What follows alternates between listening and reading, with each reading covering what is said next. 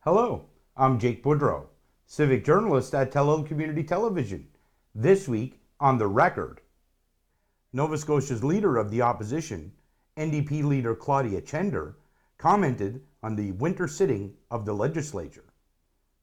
The provincial government outlines its response to U.S. and Chinese tariffs on goods from Nova Scotia.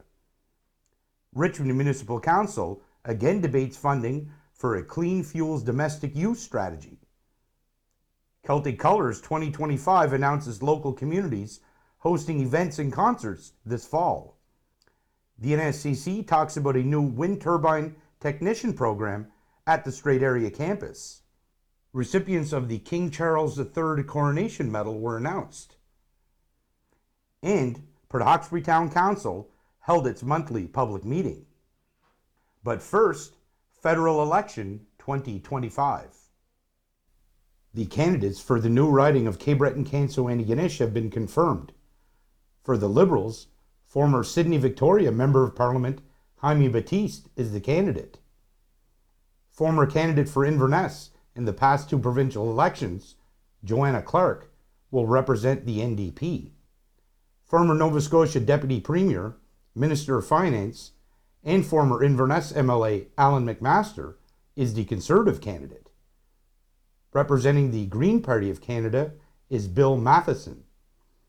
Ryan Smith is the candidate for the People's Party of Canada.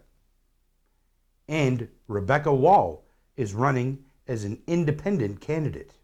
Advanced polling dates are Friday, April 18th, Saturday, April 19th, Sunday, April 20th, and Monday, April 21st, and voting takes place from 9 a.m.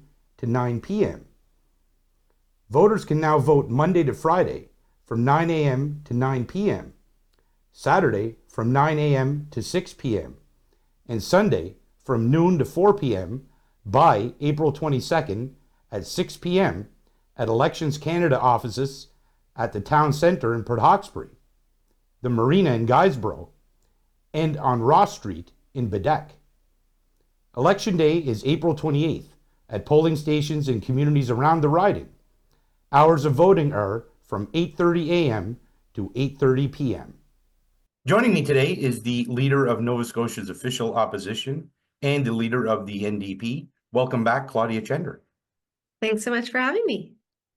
So the winter sitting of the Nova Scotia Legislature just wrapped up, and your party is talking about what it calls the Houston government's secret agenda, with the NDP claiming the government is more focused on consolidating power. How is the provincial government putting its own interests ahead of those of Nova Scotians? Well, I think, it's the surprise agenda. It really was a surprise. We just came through an election. And as we know, Tim Houston was able to form another majority government, lots of representatives in your area. But that election was fought about cost of housing, about affordability, about healthcare, right? Like those are the issues we were talking about. And so we expected that when we went back into the legislature, we would continue to talk about those issues. Even with the threat of tariffs added on, that just makes Nova Scotians more concerned about the cost of living and their ability to afford things. But instead, we saw efforts to fire the Auditor General, efforts to dismiss civil servants without cause or job protections, efforts to really control universities and control our research agendas. So, none of that was anything that Nova Scotians had talked about or that this government had gone to the polls about. And so it really was a surprise agenda. A lot of it had to get walked back, but we were pretty taken aback, particularly when we look at the world around us, when we look south of the border at some of what's happening in government down there. If anything, this feels like a moment to strengthen our democracy, to remind ourselves about the fact that we're the home of responsible government. This is where it started in North America. Keep up that tradition. And we saw some efforts to really do things that we thought were contrary to that. Now, earlier in the winter session, your party called for the restoration of public access to primary health care data for information about the doctor waitlist was quietly removed from the Nova Scotia Health online dashboard, and that was something your party called attention to. Do you believe the current government might be overplaying its hand? You alluded to that. They got that big majority. Yeah, ironically, the only piece of legislation around healthcare that we saw this session, what effectively disappeared the emergency accountability report, which has been in place for a long, long time and allows us to understand year over year what our emergency care looks like in this province. Now, we do have some point in time information on the Nova Scotia Health website, but it's not the same thing. And, particularly in rural Nova Scotia, there is a huge issue with, is my emergency room going to be open? Is it going to be staffed? Like, where am I going to go if I have a problem? We find out how progress is being made on that by looking at that report. So we were really concerned. We certainly voted against that provision. But I will say, to your other question, have they overplayed their hand? I would just say I don't think they've played it well. The reality is, in our system, if you have a majority government, you can pass the legislation that you want to pass. So the question is, how are you going to conduct yourself? So from my perspective, if you have a majority, if you know you can move your agenda forward, why wouldn't you take the opportunity to consult with Nova Scotians? Why wouldn't you take the opportunity to bring Nova Scotians along? And instead, in addition to this consolidation, we've also seen very divisive rhetoric from this government, right? There's special interests. They were raising money to bypass the media. Why? Right? Like, they don't need to do any of that in order to accomplish their goals. And so I think it's a real missed opportunity. Now, your party charges that the Houston government is also charging ahead with its plan to lift longstanding bans on fracking and uranium mining without meaningful consultation with the Mi'kmaq and Nova Scotians, whose land and water may now be put at risk, your party's claiming. Aren't these moves needed to shore up the economy in light of the threatening tariffs, as the government is claiming? Well, for one thing, I don't think that lifting the bans on uranium mining and fracking have anything to do with tariffs, truly. I mean, the reality is, if the latest announced tariffs come in next week, as planned, we need to think about what happens to the workers at Michelin. We need to think about, what happens to our economy right now. How are workers protected? How are we building in those? How are we protecting our industries that exist on the ground at the moment? Resource extraction takes, often decades to get off the ground. And that's if there's market interest. And to be honest, we haven't seen any. So we don't have one example of a company, and no one came forward debating this bill or at public bills who is saying, we want to do this. So I don't think it has anything to do with tariffs. I think it's, that they've been lobbied by mining interests who want to open up these resource pathways. That's a valid question. Should we do it? But it's a question that requires consultation. So we're hearing from people all across Nova Scotia, particularly rural Nova Scotia, who are concerned about the quality of their water, about their property rights. Those conversations weren't had. There was not even a heads up to the Assembly of Mi'kmaq Chiefs that they were going to lift these bans. And which is contravenes the Constitution. But these were bans that came in place through scientific study and public engagement. And if we want to lift them, then Nova Scotians deserve to have care in that process. And so this, again, is something that wasn't discussed during the campaign, doesn't have anything to do with our immediate economic challenges. And I think is something that they wanted to push through regardless of how Nova Scotians feel about it. Now, just as the legislature was reconvened in February, your party said tariffs being imposed on Canadian goods entering the United States is one of its top priorities. With your party noting that the tariffs will create serious economic uncertainty in our province, and I quote directly from an NDP press release, do you think the Houston government has done enough? Well, listen, right now is about preparation. We've been saying from the beginning that we think that the government should be engaging more widely and more publicly with stakeholders on this. So in places like Newfoundland and Labrador or in New Brunswick, we've seen trade councils and roundtables come together of labor and industry. We know the government is reaching out, but we are not seeing that kind of group effort, which I think is really what we need. And we also aren't hearing any specific plans. So in other provinces, we've seen tax relief for tariff exposed businesses. We've seen efforts to shore up buy local. And we haven't, we've seen some expansion of the Nova Scotia Loyal program in terms of merchandising.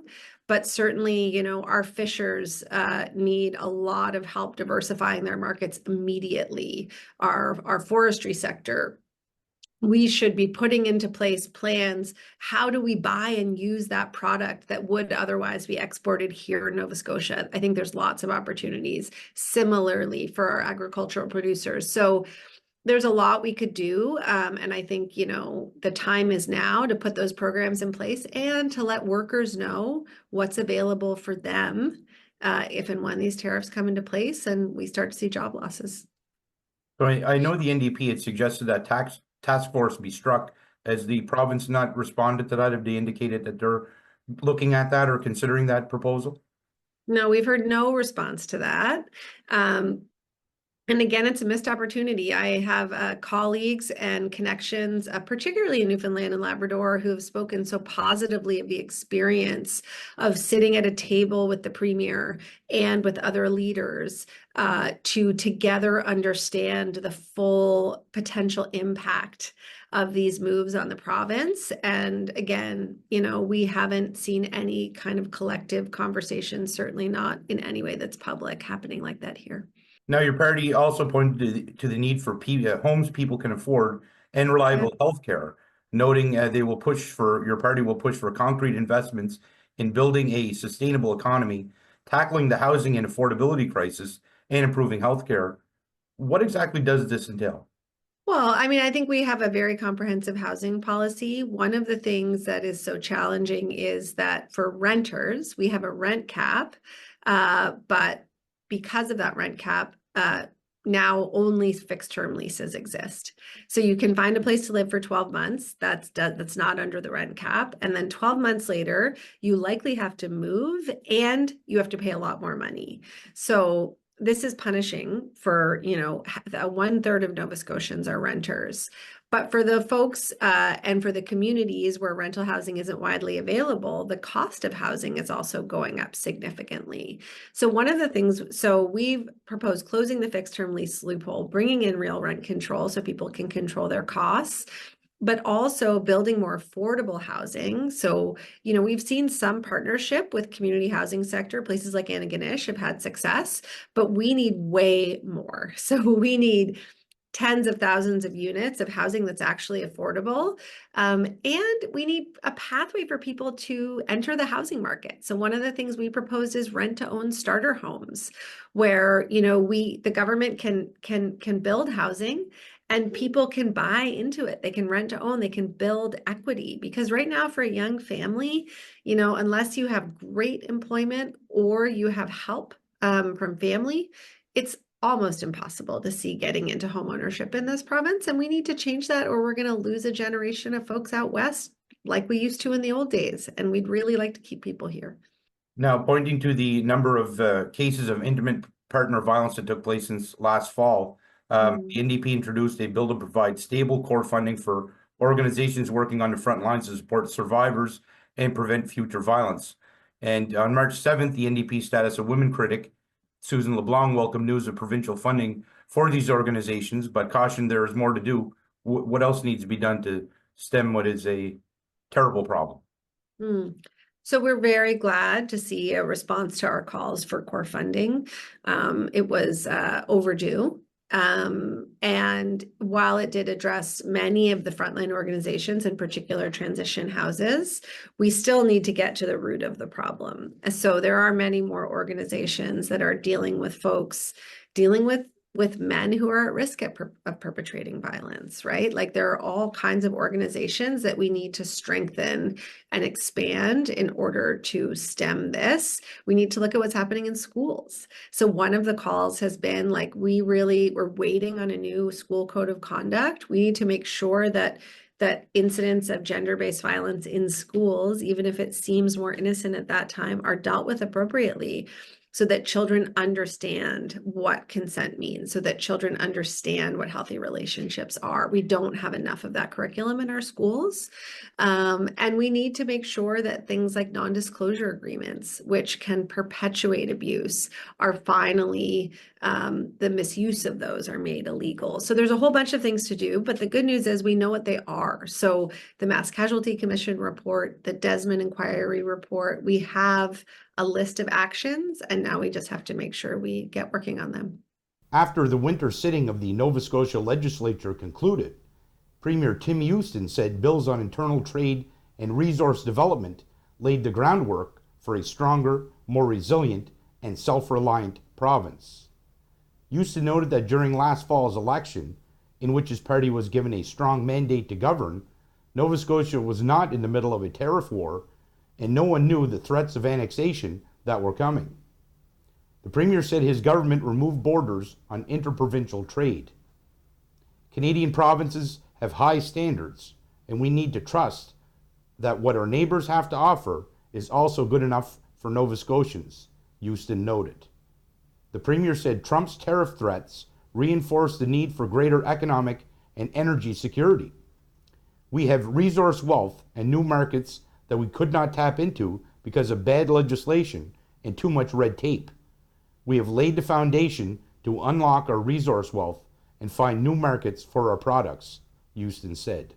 The Premier said lifting bans on hydraulic fracturing and uranium mining is central to improving Nova Scotia's economic and energy security. All of the gas used in Nova Scotia flows through the United States, the Premier said, noting that leaves the province exposed to the whims of President Trump. But there's enough natural gas in Nova Scotia to power the province for nearly 200 years, Houston noted. This year's budget contains what the Premier calls historic tax cuts that will save the average Nova Scotian family about $1,000 per year.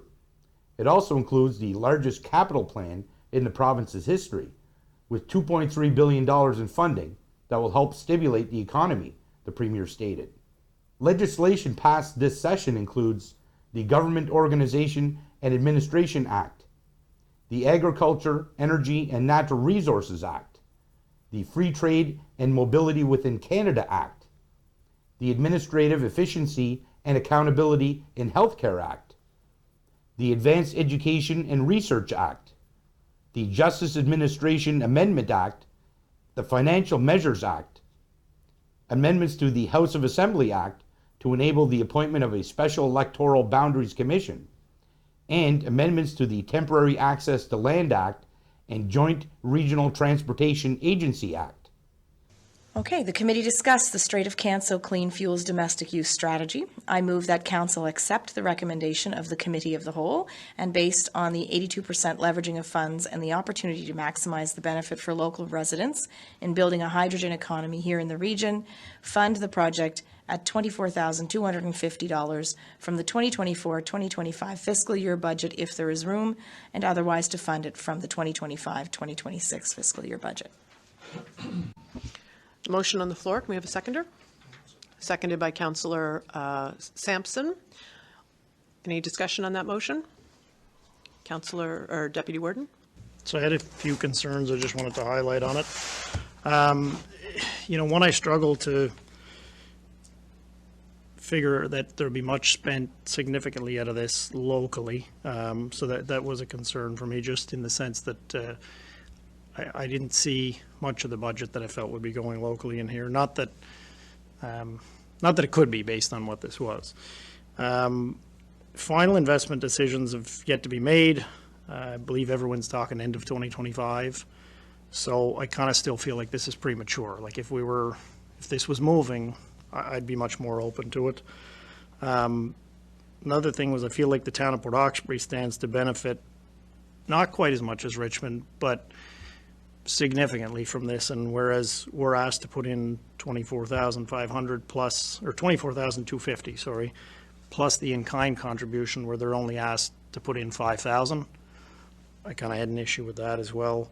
The statement, what I mentioned before about being home to the 2 hydrogen facilities currently in the staff report. I hit issue with that because they're not presently that. You know what I mean? They're prospective, but, and like I've got well, this is just the start of it, but a copy of a feasibility study for use in the Maritimes, for domestic use. Like once you start to look into this, a lot of these things have been done. This was from 2020 and it was specifically for the Maritimes and it was sponsored by the province. So I just don't know if, like I think a lot of this information's out there for the significant investment, you know, we're being asked to put in. And I just feel we got to be careful that, I want to be optimistic and I hope this thing really moves forward. Don't get me wrong. Just we got to, when we're not sure if something's moving forward, I want us to be very conscious that we can't get too excited every time we have a new monorail salesman show up, sort of thing. And that's all. Any other discussion? Councillor Marchand? At the State of the Strait that we were all at, I believe they said the final investment decision may be the end of 2025 with the potential finish of build in 2028. So we're quite some time away. That's why I feel this is premature. The two proponents, one of them being Bear Head, they have looked into some domestic offtake, but it seems everyone's not at all concerned about that. They're more concerned of the European market. Something that everyone's been trying to get is water, which is very, very important for their operation, and it seems that they've had some difficulty getting that in the last 3 years. They've had to apply to the province to go on their own to get that. That's something we could have given them for free. I just want to remind everybody of this marijuana plant that was proposed years ago with 120 jobs in this area, and hundreds of thousands was spent on a road.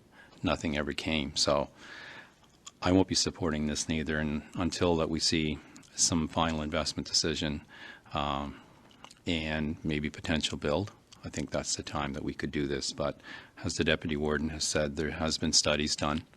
Bearhead's talking to people locally in this province about using this product, and the study that was done that the Deputy Warden's referring to, if it's the same one I'd seen, that was a company from out of the province, I think, that did that. So I worry that 295 or 250,000 for this report is going to go to somebody outside of this province. So I won't be supporting it. Thank you, Warden. Any other discussion? Councillor Mumbercat? Thank you, Warden. And you know, I totally understand the perspective of the councillors who are speaking against this motion this evening. What I would say is that the earlier report by OERA that you referenced, Deputy Warden, it is a maritime-based study. It doesn't get into a level of detail really that would capture the unique perspectives of this particular region having potential hydrogen production happening in our backyard, and specifically the potential for industrial collaboration in the Point Tuffer Heavy Industrial Park. And that's why I would disagree with you, Deputy Warden, in terms of where the benefit is likely to most likely to land. It is most likely to land more significantly in Richmond County because of those potential industrial users. And so, you know, I feel that it's an appropriate amount of contribution, and I think, you know, in wording the motion at Committee of the Whole, I was very careful to note that it is 82% leveraging of funds. And the time to start looking into these things is not when the plant is built and operational. The time to start looking into these things is now. And to note, you know, Councillor Marchand, to your point that Everwind is not interested in a domestic market, Everwind is putting real funds into this project, so they clearly are interested in a domestic market. So I would leave it at that. I think we're just, you know, probably going to have to agree to disagree on this a little bit, but certainly respect your position, and yeah, thank you. Yeah, go ahead. Yeah, I was just going to clarify, when I said about the local benefit for that, I meant on the spending for this particular document. Okay. Not that, you know what I mean, if this were to go ahead, there is a potential for local benefit. Okay. I won't argue with you there. I just meant, I suspect it's going to go to a firm out of Toronto or Calgary or something like that, and the bulk of the money spent elsewhere. I just had mentioned Port Hawkesbury getting more benefit out of it, so oh, well, no, what I mean by that is we're being asked to put in the range of 40 to 50,000 when you consider the in-kind, and Port Hawkesbury is only being asked to put in 5,000, whereas I think they will significantly benefit from, the whole Strait area would benefit from this project. And I just feel like we're being asked to hold a lot of the burden on this one. Although we are the main beneficiary, it's not that it's not that Port Hawkesbury, for instance, wouldn't benefit greatly from this were it to go ahead as well. Yeah, there is lots of conversation to be had about safe money, safe investment versus perspective. I appreciate that these are not easy decisions. Ultimately, we look at what our aspirations are and what the reality of those, and where we see, investment from companies here and where we see opportunities. So with that, unless I have other folks who have anything else to add that they haven't already added for the record. And can I just remind councillors that we have not gotten to the part of the meeting where your no votes are automatically recorded. So if you would like to request that, you'll have to do so because we haven't gotten to that point in the meeting. But hearing no further discussion, right? Yep. I'll bring this to a discussion to a close and ask for you have it in front of you, but I will read it. The motion on the floor that has been moved by Councillor Mumbercat and seconded by Councillor Sampson, I move the Council adopt the recommendation of the Committee of the Whole, and based on the 82% leveraging of funds and the opportunity to maximize the benefit for local residents in building a hydrogen economy here in the region, fund the project at $24,250 for the 24-25 fiscal budget room, if there's room, otherwise to fund it from 25-26 fiscal budget year. All those in favor of the motion signify by saying aye. Aye. Those opposed? Motion carries. And the nay votes will be recorded. Yeah. There seems to be a lot of healthy debate over the feasibility of the green energy projects. Yeah, there is healthy debate about primarily around the timing of studying local impact. So that's primarily what the study through the Green Fuels Fund is looking at. It's looking at what are the opportunities for local offtake. So I think consistently we've heard from councillors around the table about they are anxious to see green hydrogen as an industry and anxious to see what that looks like for us here in the Strait region. There is no doubt that we are, ever hopeful that those projects get going sooner rather than later, but those companies are actively involved in offtake agreements in Europe and that kind of thing. So I don't think there's any question about our commitment to green energy projects. I think there is some concern that perhaps is it a little too early for us to be talking about local impact, and is any investment of dollars? I would say that we're contributing, 18%, I think, or something like that. So you're talking about, hundreds of thousands of dollars from the province and other funding sources. So for those of us who voted in favor of that, I think that you're looking at trying to get ahead of these conversations so that nothing passes you by. So I think that that's really more the question is the timing. Is this the right time for this kind of study? There were concerns brought up that a study like this and a project like this, even though it's looking at the entire Strait area, could actually wind up benefiting Port Hawkesbury more so than Richmond County. Is that valid? I think we always want to remind people that Point Tupper is in Richmond County. Mm-hmm. And so when the taxes roll in, they roll into Richmond County. And what happens when you have one industry that is providing green energy is that it can be a jump off point for other companies. So if you are making something else and you can say that you're making it with electricity that is green, that allows you to call your product greener, more green than it would otherwise if you're just plugging into the grid. So there are implications beyond just green hydrogen. And so I think that that's another reason why Richmond County is, this is a Richmond County project because these two companies are going to be located in Richmond County. There's no question, though, that there are going to be several people from Port Hawkesbury who go to work there. So there is benefit to the town of Port Hawkesbury, absolutely. But these are Richmond County companies and those taxes will be paid to us. Venues and communities hosting concerts and events for Celtic Colours 2025 have been announced. Organizers said plans are starting to take shape for the 29th Celtic Colours International Festival under the direction of an interim management team. Scheduled for August 10th to 18th, Celtic Colours 2025 will present 50 concerts in 36 communities around Cape Breton. This annual celebration of Cape Breton's culture and traditions through music, song, and dance will take place in long-standing Celtic Colours venues, as well as in some of the island's most beautiful churches, and an array of schools and community, parish, and fire halls. As has been the tradition for more than 10 years, organizers noted that select concerts will also be live streamed for those who are unable to attend in person. This year's schedule features a total of 13 afternoon matinees taking place on 8 of the 9 days of the festival, as well as concerts every night, including 6 licensed shows. The festival will open in Port Hawkesbury on Friday, October 10th at the Port Hawkesbury Civic Centre. During the 9 days of the festival, there will also be concerts in places like Big Pond, Christmas Island, Disgoose, Glendale, Iron Mines, Judic, Lordways, Lower River Inhabitants, Petit de Gras, and St. Peter's. The full schedule and lineup of artists will be announced during the last week of June, with tickets going on sale July 8th. With me is the Nova Scotia Community College's manager of the School of Technology and Environment. Welcome, Patty Charlton. Thank you for having me. The NSCC has announced the creation of a Wind Turbine Technician program. When did that idea originate? And maybe you can walk us through the process of developing it into reality. Sure. So great question.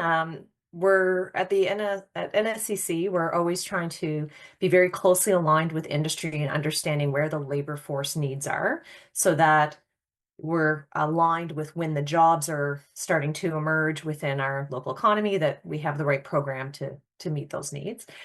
So we need to be looking ahead to be able to do that. So this program has been sort of on the forefront for, I'd say probably about 3 years is when we first really started talking about when the timing might make sense. And then 2 years ago was when we really started digging into the design work and consulting with industry in a detailed way. And that's core to when we look at anytime we're designing a new program, consultation is a really important part of it. So we do lots of labor market analysis. We talk to industry so we understand what are the needs, what kind of graduate would be required to meet the demand. And we also do research looking at other post-secondary sectors to understand, what the scan looks like of what others are doing and what's worked, what hasn't worked. And so all of that then helps to shape what programs do we need, when should we be offering them, like when the labor market demand is going to hit, and what the profile needs to look like when the graduate comes out, if they're going to be ready to hit the ground running, what's the mix of skill set that they would need. So that's at a snapshot, I would say that's how it works. Now, you spoke about this and the fact that you're consulted with industry and stuff like that. Certainly, industry has been very vocal with us that there is a labor gap here really already. So they have expressed the need, as well as the other piece of the puzzle here. We need to understand at the college what our provincial landscape looks like. And so in Nova Scotia, certainly another driver for this labor gap is also the commitments that have been made under the Clean Energy Plan for Nova Scotia. So the fact that in Nova Scotia, part of our transition away from coal-fired electricity, that by 2030, which is not far away, that 50% of our grid is going to be powered by wind. That's what is outlined in that plan. So that's the other component. So industry has certainly been advocating for us to move in this direction, that they already are having shortages around labor force requirements. And that's only going to escalate over the next 3 to 5 years.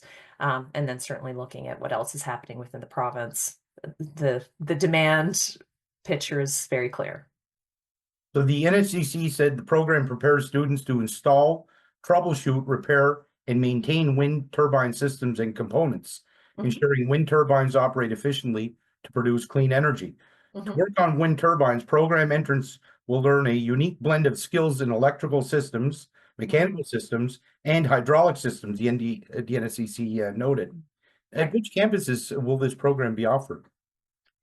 So we're planning to offer this one at our Strait Area Campus, which is in Port Hawkesbury. And that's for a couple of reasons. One being that when we're looking at where to offer a program, part of that is looking at where's the labor market demand, because ideally we would like for our students to be able to go to school in their community and then work in their community. And so there's a lot of pretty significant investments happening in wind farms within that region, close to that campus. And so it makes a lot of sense from that perspective. And then the other factor to take into consideration is that although currently in Nova Scotia, the wind farms that are already, on our part of our mix, and the ones that are approved and in the process of being developed, are onshore wind. But we do know that there's a lot of plans in the works to move into offshore wind. And at the Strait Area Campus, that is where our Nautical Institute is located. And so when we are ready at that time, that when our program needs to move from focusing on what are the skills needed for onshore wind turbine technicians, when they need to also have the skills to be able to do that work in a marine environment, we already have the Nautical Institute there. We have really a state-of-the-art technology and infrastructure and all of the expertise that you need to be able to safely operate in a marine environment. And so for that reason as well, that campus is a great choice. In this wind turbine technician training program, the NSCC said students will engage in hands-on learning through wind turbine training courses. They will learn about wind turbine safety best practices and procedures, including working at heights, rescue methods, confined spaces, hoisting and rigging, and electrical and mechanical safety. The NSCC said students will gain practice and experience using relevant tools and instruments for wind turbine maintenance and repair, gain knowledge of electricity, electrical equipment, and distribution instrumentation and controls as they pertain to wind turbine systems, as well gain an understanding of hydraulics and the mechanical systems and components required for the installation, operation, inspection, and maintenance of wind turbine systems. The NSCC said students will learn the mathematics and science principles needed to analyze and solve simple technical problems relating to wind turbine operation, and learn how to interpret and follow wind turbine diagrams, blueprints, and schematics. So although specific to wind turbine maintenance, can these skills be used and transferred to other trades or other opportunities? Oh, that's a great question. So we do have, other programs where students would be learning electrical skills or mechanical skills. But, this particular combination of electrical, mechanical, hydraulics, and all the safety components for a wind turbine technician are, sort of where the gap was to be able to safely operate in this particular industry. But you are correct that the foundational understanding of electrical principles, for example, or those hands-on mechanical skills, certainly those would be very relevant and applicable to other areas as well. And so, if somebody were to take this program and after 10 years of being a wind turbine technician, they're looking to do something different, I think they could easily sort of translate those skills into, a different pathway if at that point they wanted to pursue, straight up electrical work or go the mechanical route. So they're in this particular field, they need sort of a bit of a Jack or a Jane of all trades, if you will, to be able to have the right skill set, but applicable to many situations, I would say. The NSCC said field experience is a mandatory credit, providing the opportunity to apply knowledge and skills outside the classroom. The NSCC noted that opportunities are typically unpaid and last approximately 5 weeks, as well transportation, accommodations, and other costs related to work experience courses are the responsibility of the students, the NSCC said. So is the NSCC of the opinion that while it's important to have that classroom component of learning, that it's really important to do the on-hand work experience that on-site, that's really, really integral? It is, and if you look at any of our programs across the college, the standard is for like 95% of our programs, they would include that 5-week work integrated learning component. And I say 95% because there's a few exceptions where there's a few programs that have like an internship that's a little different length or component, but there's always some sort of work experience integrated within our model because we are big believers that hands-on skills practice is really critical. And so we certainly use that methodology in the classroom, but then having the opportunity to do that in the real environment that they're going to eventually be working in is very important. And where we can, we always try to weave in opportunities to get access to those sites throughout a program too. So we're already talking with industry about, where there might be opportunities, for example, to do like, a site visit or a field visit over the course of the program. But then pairing that with the hands-on experience at the end, I think is really important to them being job ready when they graduate. Now, wind turbine technician jobs require students to work in confined spaces, climb towers and ladders, work at heights of up to 125 meters, perform physically strenuous activities, and work in all weather conditions in a loud industrial environment, the NSCC noted. So I guess it's clear to say that it's not a course that for everyone. There are some physical requirements for such a job.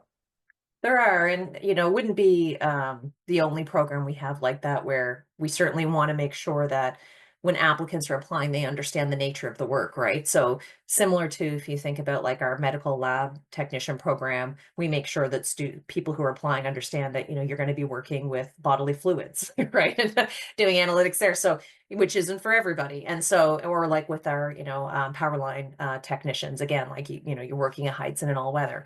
And so, that's not for everyone. But there's certainly, it can be a really exciting career for folks who do want to have like a hands-on career, that you have the opportunity to, like, working outside is, for many folks, they much prefer that to being in, other kinds of environments. But we do want to make sure that that information is clear up front, because for us, success is when there's a good fit for the student, right? They understand what they're applying for and they're excited about it.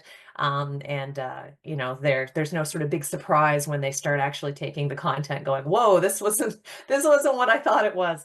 So we like to provide that information up front, so that way we can get a good fit for to support student success.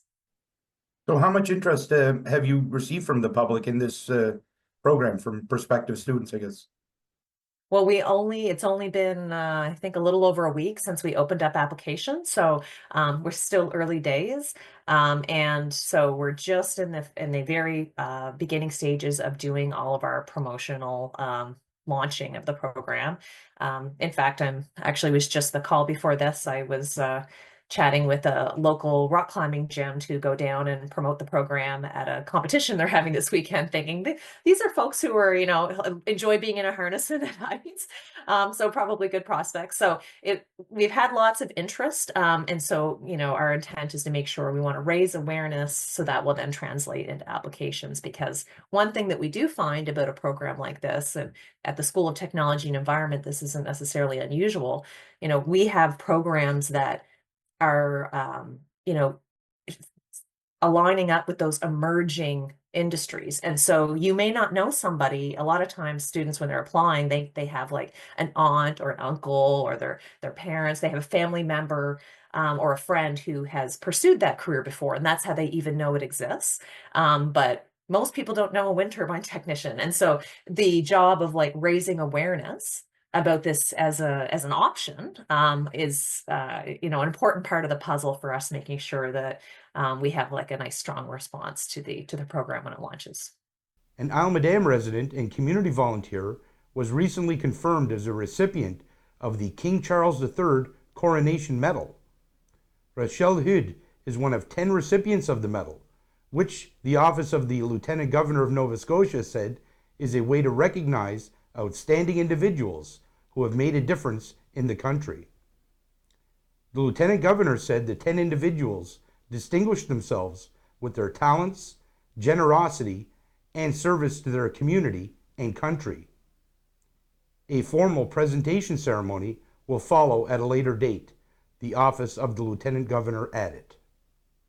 During the Hawkesbury Town Council monthly public meeting on April 1st, Cape Breton South Recruiting for Health Program Director Gina McDonald said progress has been made recruiting healthcare professionals to work at Strait Richmond Hospital, with more than 40 nursing and other staff hired since January 2023.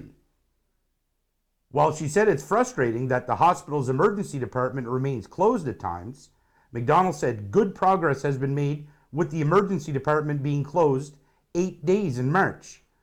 And the Cape Breton South Recruiting for Health has high hopes of attracting an emergency physician to staff the unit. Town Councillor Todd Barrett said he's happy that Cape Breton South Recruiting for Health is concentrating not just on attracting, but retaining healthcare professionals to work in the area. And his colleague on council, Paula Hart, said the residency program could be significant for the region. Noting she's a big fan of Cape Breton South Recruiting for Health, Mayor Brenda Chisholm-Beaton added that their request for $39,930 in annual funding will be under consideration during budget deliberations. Are you encouraged by the progress made by the Cape Breton South Recruiting for Health at Strait Richmond Hospital? They hired some nurses. Seems to be some progress taking place there. There absolutely is tons of progress. Certainly there's more work to be done, but really confident in the strides that's being made with Cape Breton South Recruiting for Health under Gina McDonald's leadership. And obviously some enthusiasm around the council table with regard to some of the progress and some of the action steps that have been taken, over the last year. And obviously support around the table to continue to support that initiative. You've seen this committee grow over the last 5 years. It's been about 5.5. It seemed to have its roots here in Port Hawkesbury and, of course, expanding to the general area. Do you get the sense that physician recruitment has changed even in those 5 years? Are there different things that people like Gina and her committee are trying to do to bring people here and to stay here once they've arrived? Well, I think the proof is in the pudding on that. Certainly things have changed in a positive manner. And I think part and parcel of those positive changes are the partnership that was struck with the municipality of the County of Richmond and the town of Port Hawkesbury to come together to say, hey, even though it's not our direct responsibility, when you look at improving healthcare results in your community, what can we do? Is there something that we can do to help? Because at the end of the day, we're the closest level of government to the everyday lives of the people we serve. So we're getting all those phone calls about not having a family doctor, about having to travel extraordinary distances to get health care. And we were getting all those calls. So just being able to work with our amazing healthcare facilities as well and the leadership there to determine, what can we do, and working with Nova Scotia Health as well. So really, Cape Breton South Recruiting for Health was just born of a real true grassroots initiative, working with the current, players at the table and figuring out, how do we promote our communities in a way that will drive retention and attracting new medical health care professionals to our area. And I really be remiss if I didn't mention the wonderful news that CBU will be in their new medical program. That is huge for our island of Cape Breton. So definitely going to be, I think, kind of new topics of discussion when Gina does go to some conferences to promote our region, so that, I think being she referred to doing some promotions with our youth at high schools. So I think that is going to lead to maybe some kind of light bulb moments for some of our kids who might not know what they might like to do when they graduate, or they're in grade 11, and that might be a light bulb moment as well to say, oh, these are the kind of courses that I would have to take in grade 12 to be able to work in the healthcare field. So I think she's doing amazing work. She spoke to, looking at students, she spoke to talking to high school students, and really the retention piece is so huge. We have the Community of Care Gala happening this week. And social media is just hot with sharing all of the profiles profiles for our medical healthcare heroes here in the Strait Area in the Cape Breton South region. So at the end of the day, it's so exciting. It's just encouraging. It's part of making sure we have healthy communities, that we're a prosperous, growing region. Healthcare is such an important puzzle piece to make sure that we are the best, happiest, healthiest place to live. And one of those puzzle pieces is the Strait Richmond Hospital, and some figures that were presented tonight seem to be on the encouraging side. The idea that closures seem to be down, and it looks like there'll be a complement of doctors to be able to staff that ER through the coming month. As I say, it's just one piece of the puzzle, but what does it mean to even see those types of figures at this point? I think it's just encouraging in general, making sure that we are connecting every single community member, regardless of age, regardless of level ability, regardless of where they live in the Cape Breton South region, being able to connect each and every person to the health care that they need to live healthy, happy lifestyles. That's a journey. So hearing stats like that, it's encouraging because it means we're getting farther down the road, and with our destination being adequate and the most excellent healthcare access for everyone. So we're not at that destination yet, but we're definitely continuing to move along that road so that we can have the best communities that we can possibly have. And I think the Cape Breton South Recruiting for Health is definitely one of those vehicles that are moving us along towards that goal. Tyler Mathis with the Cape Breton Regional Enterprise Network made the next presentation to Council. Now, during the presentation from the Cape Breton Regional Enterprise Network CEO, Tyler Mathis, Town Councillor Macquarie asked about higher funding requests from Port Hawkesbury, while the provincial portion is still frozen. What's your take on that? It has been frozen for quite some time. So I'm hopeful that the province will be able to see some of the great results that are being produced by the work of the RENs all across the province to say, hey, this is a very amiable, worthwhile investment. And obviously, municipalities are stepping up to the plate to accommodate things like cost of living, increased weight, and being able to accommodate the increased cost of being able to continue to provide those services to work towards prosperity for our communities. Obviously, the town of Port Hawkesbury is very committed on the economic development side of things. We have a committee called Growing Port Hawkesbury. We're going to be really focused on increasing our existing revenue streams and attracting new revenue streams. I believe that our REN is going to be a very critical part of that growth model.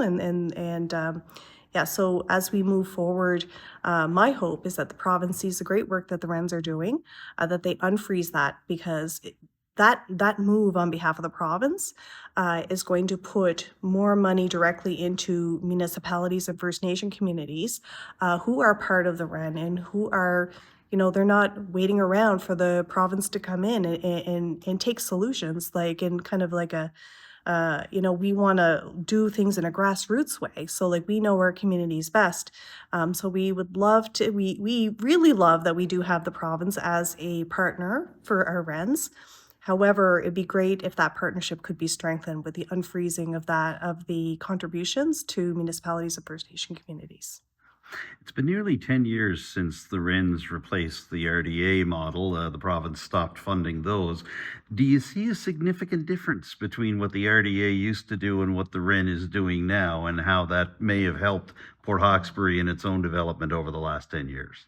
Well, I can't really speak much to the RDA model because that there wasn't a whole lot of overlap in my tenure as mayor. However, I can speak to some of the incredible work that's happening at the, with regard to our community. So just when you look at things like Abuct Place, the Innovation Center down on the waterfront, that is critical to the partnership we've had with our REN. When you look at Customs House, artist I guess, what's the correct name? The Artist Innovation. Yes, Innovator Space. So Customs House is again the result of a partnership with our REN, and just we're doing work every day with our shared economic development officer. It's a very important resource, especially where we have made economic development such a huge priority. So going forward, I think that there's a lot of positives that are happening on with our partnership with RENs.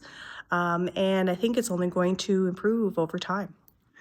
The bulk of the meeting dealt with a presentation from officials with Nova Scotia Public Works about Reeve Street. The officials told Town Council that overall speeds have been lowered, collisions are down, and there is a downward trend in tickets and warnings issued.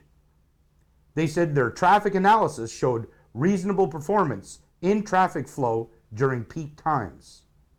However, the Public Works representative said outstanding concerns remain in and around the town's main thoroughfare, including a need to complete the active transportation network, make changes to the road configuration, provide clearer sight lines and fewer conflict points, close access points, install more signal lights, move poles, improve pedestrian access, adjust lane markings, and offer more designated areas for left turns. As for a connection to Highway 104 with a bypass, Nova Scotia Public Works said that is unnecessary unless there's growth in and around the town. They noted that Reeve Street can handle the current traffic load. Deputy Mayor Iaian Langley asked that attention be given to the western portion of Reeve Street around J.D. McLean Crescent. The problem area that you talked about with the Department of Public Works officials, J.D. McLean, what is the problem there specifically? What would you like to see done in that part? The residents that live in J.D. McLean have made it quite clear to me, and I've noticed it myself. If you are eastbound, meaning coming from the Causeway, heading to Richmond County along Reeve Street, eastbound, and you were to turn in, make a left-hand turn into J.D. McLean, housing development in there, it's on a curve, and there's heavyweight vehicles that are going at speed. The speed limit there is 70 kilometers an hour. And it's on the turn, and it's difficult for those, they see the people turning into J.D. McLean at not a great distance. So if they don't brake in time, it's going to be a high impact. And when they're looking to get in there from the west to the westbound traffic, they're also looking in the rearview mirror to make sure they don't get hit from behind. So that's the issue there.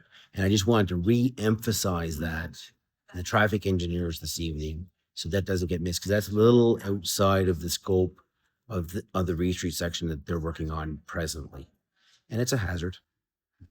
And to help put that in perspective, that's the area just outside of the Nova Scotia Community College. That's an area that's a 70-kilometer zone. It hasn't reached the slowdown area for Reeve Street. So this is, as you mentioned, heavy truck traffic still going through, and even vehicular traffic, cars and such, smaller vehicles, they're going at 70. They're not seeing that turnoff into a small area where people are trying to get in and out. Absolutely. J.D. McLean is just east of the Nova Scotia Nautical Institute, right next to the former Irving Oil Station, and you described it very accurately. Yeah. And when you have the traffic engineers here and you know the hazards, you want to make sure that they're hearing it firsthand. Have you had concerns from residents about that? Have there been near misses over there? I have heard concerns from residents that live in there during the campaign, and I've witnessed, and I understand their concerns. Were you satisfied basically with what you heard from the Department of Public Works officials in regards to the Reeve Street project? The data from 2 outside engineering firms and 2 traffic engineers from the department bear out that the current configuration is safer, and when it's complete, it'll be even safer. So I'm satisfied with that. What did you think of the plans going forward? The idea that if they're able to secure funding and get support from the town, it could be finished within the calendar year 2026. What do you think of that plan going forward? Get it done as quick as expeditiously as possible to make it safer. The officials with Nova Scotia Public Works recommended that Town Council support the construction of a 3-lane cross-section, work with the department on designs this year, and seek a cost-sharing agreement with the department to do work next year. Now, in regards to the presentation from the Department of Public Works about Reeve Street, I assume you agree more work is needed. And what is the work that you'd like to see done? What would you like to see as the priorities there? Yeah, absolutely. So what I interpreted from the presentation from Nova Scotia Public Works, and certainly was a very detailed presentation in terms of comparing the how Reeve Street performed before they looked at the road reconfiguration and then post road configuration, or reconfiguration, I should say. And just that real focus on safety and how it kind of, measured even better than what was hoped in terms of calming traffic, reducing the number of speeding on Reeve Street, reducing the number of accidents, reducing the severity of accidents. So it's really great to see a lot of the desired results occur as a result of the road reconfiguration. Some of the pressure points that were creating some concerns with regard to traffic flow, with regard to some issues at intersections, with the traffic light functioning, some trickiness around some left turning areas. So a lot of the issues that, kind of were flagged by council to Public Works are hinged directly on the fact that that pilot was predicated on not changing the curb to curb. It was kind of a pilot that was redrawing the traffic lane lines with paint. So some of the issues that will be rectified by changing that curb to curb configuration, and it will make driving on Reeve Street a lot more intuitive. There's not going to be some overbuilt shoulders, so that will create an opportunity for two vehicles to enter into that lane and then cause some potential accidents. So things like that, I believe, will get. We have a safer street now, but as a result of the continued work and commitment by Nova Scotia Public Works, we stand even safer, better functioning Reeve Street, which I think is great news for everyone. And that's not just for motorists, that's for everyone. That's for every user of Reeve Street, whether you're walking or on a bike, whether you're driving in a vehicle, whether you're in a wheelchair, like every single user on Reeve Street, I think will benefit from increased safety. So that was a really great presentation, some really great feedback from council, great questions. And at the end of the day, we're really looking forward to moving forward our active transportation lane. So it'll look very much like the existing active transportation lane that goes up Reeve Street and ends at the corner of Reeves and Pitt Street. That will continue on to the old Sydney corridor. And, and with those enhancements and improvements on Reeve Street, I'm really excited to see what the result will be. It seems that this is going from a pilot project to some permanence for the town, if we're to believe what Department of Public Works suggested tonight, the idea that if the town comes on board, makes its request to Public Works and secures the funding for this project, that we could see this wrapped up within 2026 inclusive, or possibly a year or two later. Is this achieving the goals that you as mayor and that you feel council and residents wanted in terms of Reeve Street being a more active street, not just for motorists, but also for pedestrians? Well, I have to start the answer by going back and to the time that I decided, in my infinite wisdom, in 2012, to run for council. So when I was knocking on doors at that time, very kind of green to the whole process, very, much learning what municipal government was even all about as a new councillor. A lot of what I was hearing at doors was how dangerous Reeve Street was, how hard it was for kids to cross Reeve Street to access the schools. how it was just very unfriendly for pedestrians. It was very kind of cold looking and not really welcoming to business. So like when you're driving into town, like, I don't know, it was just kind of it wasn't the best vibe. So I was getting a lot of feedback on Reeve Street, mostly on the safety aspects or lack of safety aspects. A lot of comments around speeding. There's just people are driving too fast on Reeve Street. And just getting some feedback that it's unsafe for motorists. Some motorists were saying, I don't even like driving on Reeve Street. So that was a piece of I guess the feedback I brought to the table in those early days when I was serving as a councillor on the Hawkesbury Town Council. So when the WSP study was done in 2014, that kind of solidified a lot of what I was hearing at doors in terms of, abundant speeding and accidents and severity of accidents and those, kind of a lot of friction points between pedestrians and kind of traffic. And when you think about it, it was an overbuilt 4-lane roadway that also served as a main street for our town. So as we kind of continue discussions with at that time it was TIR, but now Nova Scotia Public Works, they really took that study seriously, and and this wonderful partnership was stricken between the province and the town to try to figure out, how do we re-envision this street in a way so that we can kind of, still have it function as that throughway, for traffic going to Point Tupper, or kind of also a throughway for traffic going to Richmond County, and then also, from Richmond County through to either Inverness or mainland Nova Scotia. So, we understood there were about 12,000 vehicle movements on Reeve Street every day. So how do we kind of marry the concept that it's our town center, it's our main street, it's also a throughway. How do we kind of marry those two so it still functions, but functions better? So right now it was functioning only for this purpose. It was kind of that old traditional thought process that, streets are built for vehicles. But we had to shift that thinking that streets are also built for people. So how do you take this older thought process and modernize it so that we were looking and re-envisioning Reeve Street as a complete street, a street for people first? But that also includes people and vehicles, but it also includes pedestrians and people in, like, regardless of age and regardless of how they're moving, because Reeve Street's for everybody. So I feel like fast forward, all kinds of things happened. There was a lot of uncertainty around the change happening on Reeve Street.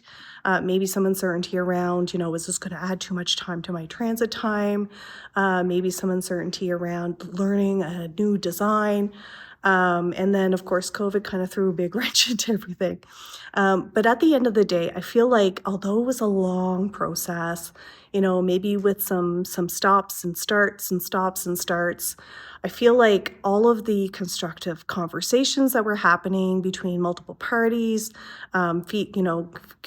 feedback from our community, making sure that, we're keeping that open dialogue, identifying, where issues were happening when they were happening, and continuing that great partnership we've constantly maintained with the province of Nova Scotia. So what we will have at the end of the day, as this continues, so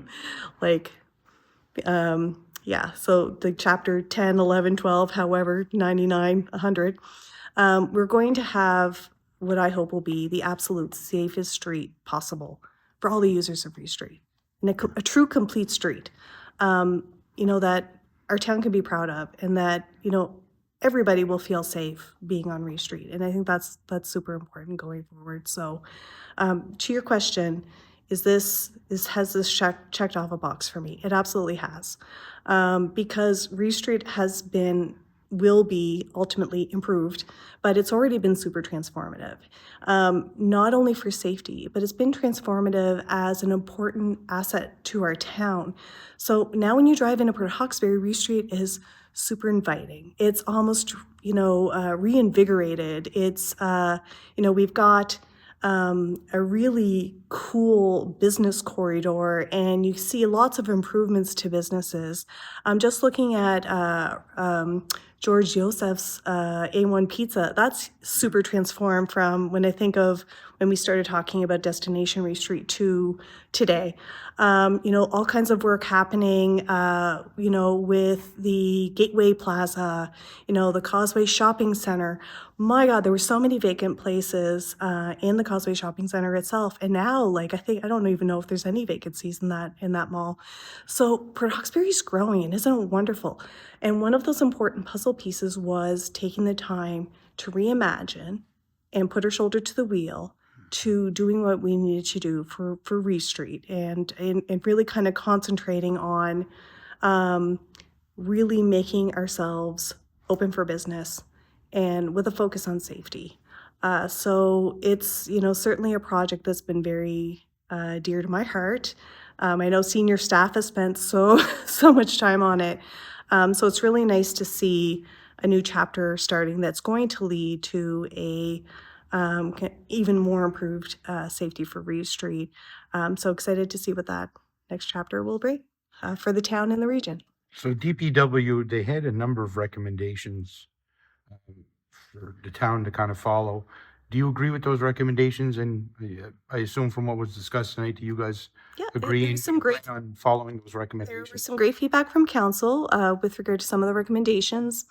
I feel to some extent, one of the questions that I had asked was, as they finalize their design to look at changing that curb to curb of Reeve Street, just to keep the town kind of connected with that. Obviously, we'll be working in parallel with the province with our design for the active transportation corridor.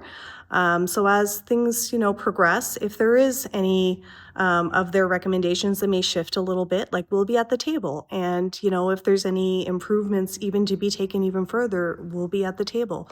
So again, I just like to emphasize how great the partnership has been with Nova Scotia Public Works. And, certainly that improvement, is definitely born from, that continued partnership, and just being able to get to the table and talk about the things that need improving. I think we're really fortunate to have been cultivating that relationship over time. Just for the benefit of our viewers and our listeners, can you confirm the motion that council passed shortly after the presentation wrapped up from DPW? Essentially, what happens now? So we will have our senior staff, and I'll work with senior staff to draw up a letter indicating that we would like to move forward with our active transportation project and to work with the province of Nova Scotia through Nova Scotia Public Works as they plan for a permanent design for Reeve Street, and also kind of indicating and following along with some of the enhancements and improvements they've indicated as a result of some of the feedback they received from our council over the past couple of years in terms of what kinds of improvements are required. Some of them will be remedied by adjusting the curb to curb. Some of them will be remedied by installing new light installations, and some of it through redesign. So we'll be following along. It's great to be at the table with the province, and it's great to continue to work towards the safest Reeve Street possible. Port Hawkesbury Town Council approved $5,000 in funding for the Strait of Canso Clean Fuels Domestic Use Strategy. Not only Richmond County and the town of Port Hawkesbury Paper, Everyone Fuels, and Budladeck First Nation were also approached for funding. After CEO Terry Doyle said the strategy is good value for the amount of money being requested, he called it a smart investment that needs to be done now. Mayor Brenda Chisholm-Beaton and the rest of Town Council agreed. On the subject of the Strait of Canso Clean Fuels Domestic Use Strategy, there was some criticisms, I guess, expressed at Richmond Municipal Council's meeting the other night. One was about the fact that the green fuels projects or green energy projects in Point Tupper haven't progressed to the point where such a strategy or study is useful right now.